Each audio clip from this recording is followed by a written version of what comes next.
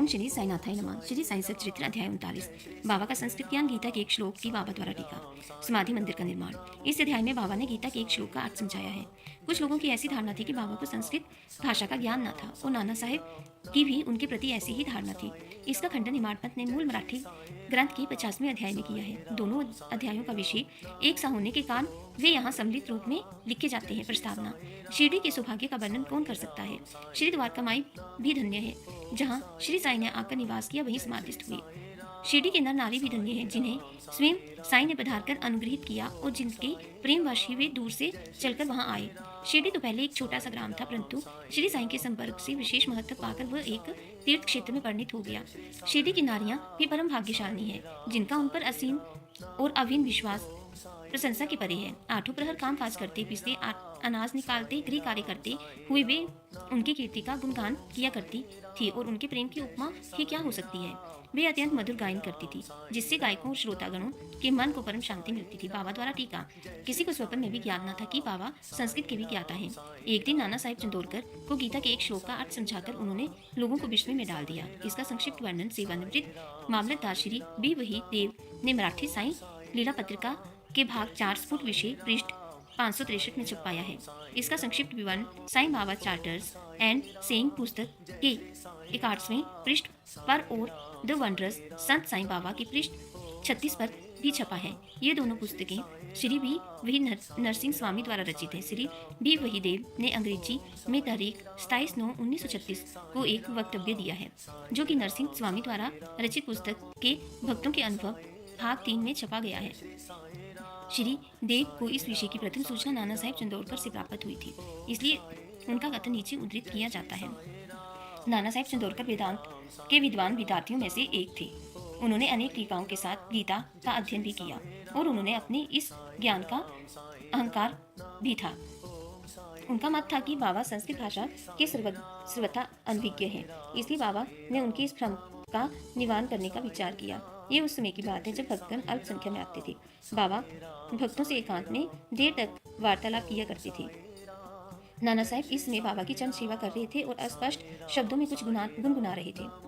बाबा, नाना तुम धीरे धीरे क्या कह रहे हो। नाना, मैं गीता के एक श्लोक का पाठ कर रहा हूँ। बाबा, कौन सा श्लोक है वो। नाना, ये भगवत गीता का एक श्लोक है। बाबा, जरा उसे उच्च स्वर में कहो। तब नाना भगवत गीता के 4थे अध्याय का 34वां श्लोक कहने लगे। तद्भि प्राणिपातेन परिप्रश्नेन सेव्या उपेक्षन्ति ते ज्ञानम ज्ञानिनस्त तत्त्वदर्शिनः। बाबा, नाना, क्या तुम्हें इसका अर्थ विदित है। नाना, जी महाराज। बाबा, यदि विदित है तो मुझे भी सुनाओ। नाना, इसका अर्थ तत्व को जानने वाले ज्ञानी पुरुष को भली प्रकार दंडवत कर सेवा और निष्कपट भाव से किए गए प्रश्न द्वारा उस ज्ञान को जान वे ज्ञानी जिसे ब्रह्मा की प्राप्ति हो चुकी है तुझे ज्ञान का उपदेश देंगे। बाबा, नाना, मैं इस प्रकार का संकुल भावार्थ नहीं चाहता। मुझे तो प्रत्येक शब्द और उसका भाषांतरित उच्चारण करते हुए व्याकरण समस्त अर्थ समझाओ। अब नाना एक एक शब्द का अर्थ समझाने लगे। बाबा, नाना, क्या केवल साष्टांग नमस्कार करना ही पर्याप्त है। नाना, नमस्कार करने के अतिरिक्त मैं प्राणिपद का कोई दूसरा अर्थ नहीं जानता। बाबा, परिप्रश्न का क्या अर्थ है। नाना, प्रश्न पूछना। बाबा, प्रश्न का क्या अर्थ है। नाना, वही प्रश्न पूछना। बाबा, यदि परिप्रश्न और प्रश्न दोनों का अर्थ एक ही है तो फिर व्यास ने परि उपसर्ग का प्रयोग क्यों किया। क्या व्यास की बुद्धि भ्रष्ट हो गई थी। नाना, मुझे तो परिप्रश्न का अन्य अर्थ विदित नहीं है। बाबा, सेवा किस प्रकार की। सेवा का यहाँ क्या आशय है। नाना, वही जो हम लोग सदा आपकी सेवा करते रहते हैं। बाबा, क्या ये सेवा पर्याप्त है। नाना, और इससे अधिक सेवा का कोई विशिष्ट अर्थ मुझे ज्ञात नहीं है। बाबा, दूसरी पंक्ति के उपदेक्ष्यन्ति ते ज्ञानम में क्या तुम ज्ञानम शब्द के अर्थ शब्द के स्थान पर दूसरे शब्द का प्रयोग कर इसका अर्थ कह सकते हो। नाना, जी हाँ। बाबा, कौन सा शब्द। नाना, अज्ञानम। बाबा, ज्ञानम के बजाय उस शब्द को जोड़कर क्या इस श्लोक का अर्थ निकलता है। नाना, जी नहीं। शंकर भाष्य में इस प्रकार की कोई व्याख्या नहीं है। बाबा, नहीं है तो क्या हुआ।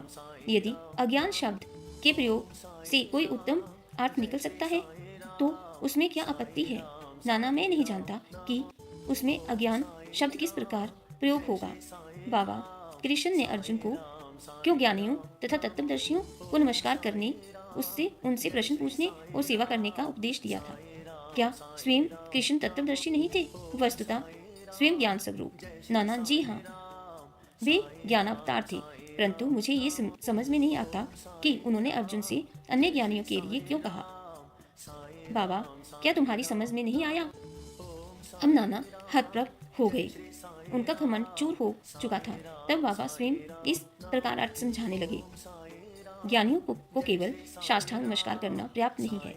हमें सदगुरु के प्रति अनन्य भाव से शरणागत होना चाहिए। केवल प्रश्न पूछना पर्याप्त नहीं। किसी कुप्रवृत्ति या पाखंड या वाक्य जाल में फंसने या कोई त्रुटि निकालने की भावना से प्रेरित होकर प्रश्न नहीं करना चाहिए, वरना प्रश्न उत्सुकता पूर्वक केवल मोक्ष या आध्यात्मिक पद पर उन्नति प्राप्त करने की भावना से प्रेरित होकर करना चाहिए। मैं तो सेवा करने या अस्वीकार करने में पूर्ण स्वतंत्र हूँ। जो ऐसी भावना से कार्य करता है वह सेवा नहीं की जा सकती।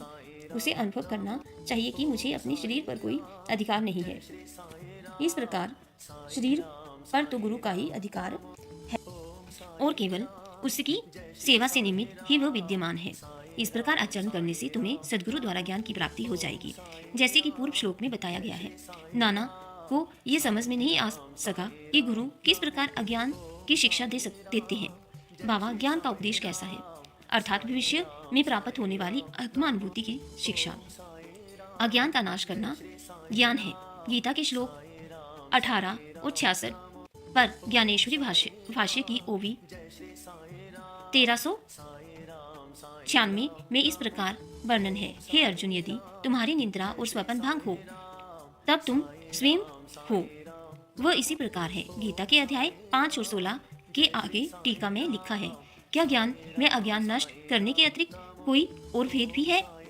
एक सर्वधर्मा परित्यज्यम मामेक शरणम व्रज अहम तवाम सर्व पापेभ्यो मोक्ष्यामि माँ सुच। गीता 18 और 66 श्लोक।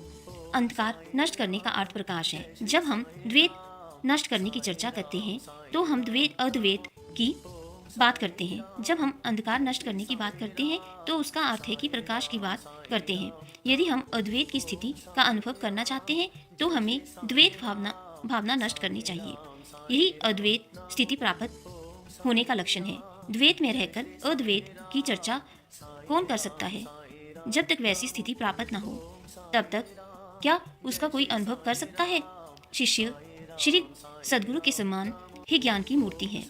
उन दोनों में केवल अवस्था, उच्च आत्मा अनुभूति, अद्भुत अलौकिक लौकिक सत्य, अद्वितीय योग्यता और ऐश्वर्य योग में भिन्नता होती है। सद्गुरु निर्गुण निराकार सच्चिदानंद है। वस्तुतः वे केवल मनुष्य जाति और विश्व के कल्याण के निमित्त स्वेच्छा पूर्वक मानव शरीर धारण करते हैं, परंतु नरदेह धारण करने पर भी उनकी सत्ता की अनंतता में कोई बाधा उपस्थित नहीं होती।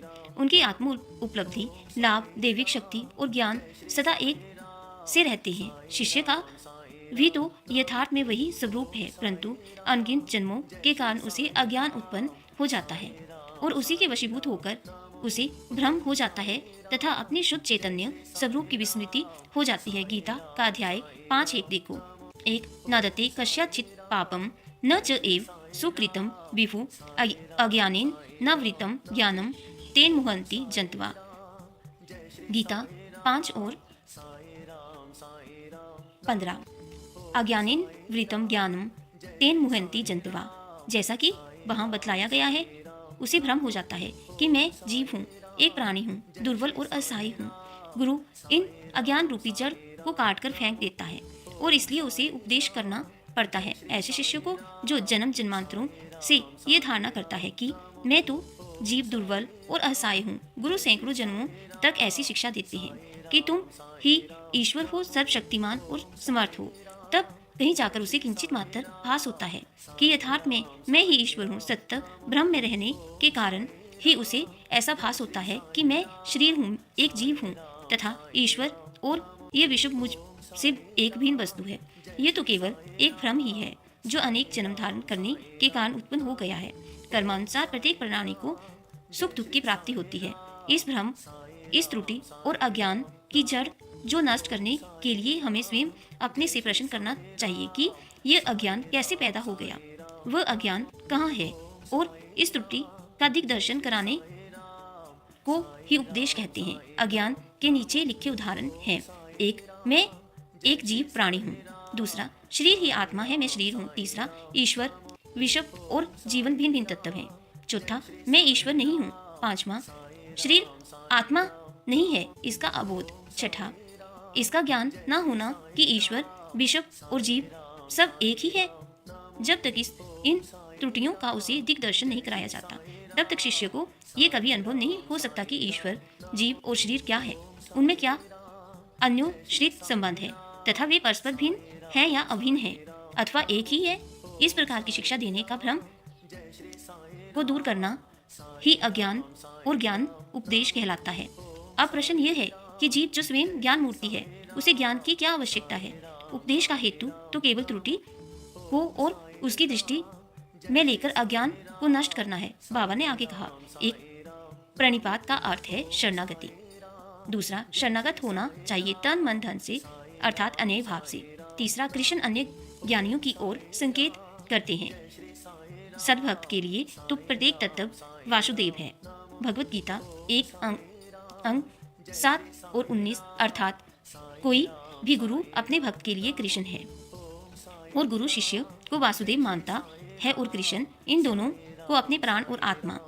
भगवत गीता अंक 7 और 18 पर ज्ञान देव की टीका। चूंकि श्री कृष्ण को विदित था कि ऐसे अनेक भक्त और गुरु विद्यमान हैं, इसलिए उनका महत्व बढ़ाने के लिए ही श्री कृष्ण ने अर्जुन से ऐसा उल्लेख किया। एक, बहुना नाम जन्मांते ज्ञान वामनाम प्रपद्यते वासुदेव सर्वमिति व स महात्मा सुदुर्लभ गीता। दूसरा, उदारः सर्व अवेते ज्ञानी त्वाम म एव मे मतम आस्थितः स ही युक्तात्मा मां मे एवानु उत्तमा गतिम। समाधि मंदिर का निर्माण। बाबा जो कुछ करना चाहते थे उसकी चर्चा वे कभी नहीं करते थे। प्रयुक्त आसपास ऐसा वातावरण और परिस्थिति निर्माण कर देते थे कि लोगों को उनका बाद में निश्चित परिणाम देखकर बड़ा अचंभा होता था। समाधि मंदिर इस विषय का उदाहरण है। नागपुर के प्रसिद्ध लक्षाधिपति श्रीमान बापू साहेब बूटी सकुटुम्ब शिरडी में रहते थे। एक बार बाबा उन्हें विचार आया कि शिरडी में स्वयं का एक बाड़ा होना चाहिए। कुछ समय के पश्चात जब वे दीक्षित बाड़े में निद्रा ले रहे थे तो उन्हें एक स्वप्न हुआ। बाबा ने स्वप्न में आकर उन्हें कहा कि तुम अपना एक बाड़ा और एक मस्जिद बनवाओ। श्यामा भी वहीं शयन कर रहा था और उसने भी ठीक वैसा ही स्वप्न देखा। बापू साहब जब उठे तो उन्होंने श्यामा को रुदन करते देखकर उनसे रोने का कारण पूछा। तब श्यामा ने कहा, अभी मुझे एक स्वप्न आया था कि बाबा मेरे बिल्कुल समीप आए और स्पष्ट शब्दों में कहने लगे कि मंदिर के साथ बाड़ा बनवाओ, मैं समस्त भक्तों की इच्छाएं पूर्ण करूंगा। बाबा के मधुर और प्रेम पूर्वक वचन सुनकर मेरा प्रेम उमड़ पड़ा और गला रुद्ध हो गया और मेरी आंखों से अश्रुओं की धारा बहने लगी, इसलिए मैं जोर से रोने लगा। बापू साहब बूटी को आश्चर्य हुआ कि दोनों के स्वप्न एक से ही हैं। धनादे तो वे थे ही। उन्होंने बाड़ा निर्माण करने का निश्चय कर लिया और श्यामा के साथ बैठकर एक नक्शा खींचा। काका साहब दीक्षित ने भी उसे स्वीकृत किया और जब नक्शा बाबा के सामने प्रस्तुत किया गया तो उन्होंने भी तुरंत स्वीकृति दे दी। तब निर्माण कार्य प्रारंभ कर दिया गया और श्यामा की देखरेख के नीचे की मंजिल तहखाना और कुआं बनकर तैयार हो गए। बाबा भी लेंडी आते जाते समय परामर्श दे दिया करते थे। आगे ये कार्य बापू साहिब जो को सौंप दिया गया। जब कार्य इसी तरह चल रहा था, उसी समय बापू साहिब जो को एक विचार आया कि कुछ खुला स्थान भी अवश्य होना चाहिए जिसके बीचों बीच मुरलीधर की मूर्ति की स्थापना की जाए। उन्होंने अपना विचार श्यामा को प्रकट किया तथा बाबा से अनुमति प्राप्त करने को कहा। जब बाबा बाड़े के पास से जा रहे थे तभी श्यामा ने बाबा से प्रश्न कर दिया।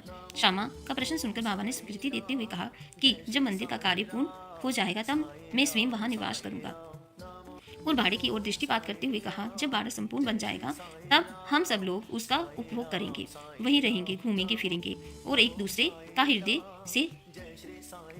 को हृदय से लगाएंगे तथा आनंद पूर्वक विचरेंगे।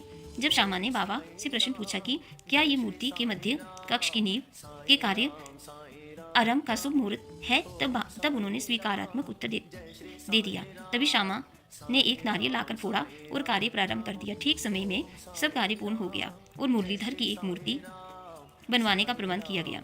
अभी उसका निर्माण कार्य प्रारंभ भी ना हो पाया था कि एक नवीन घटना घटित हुई।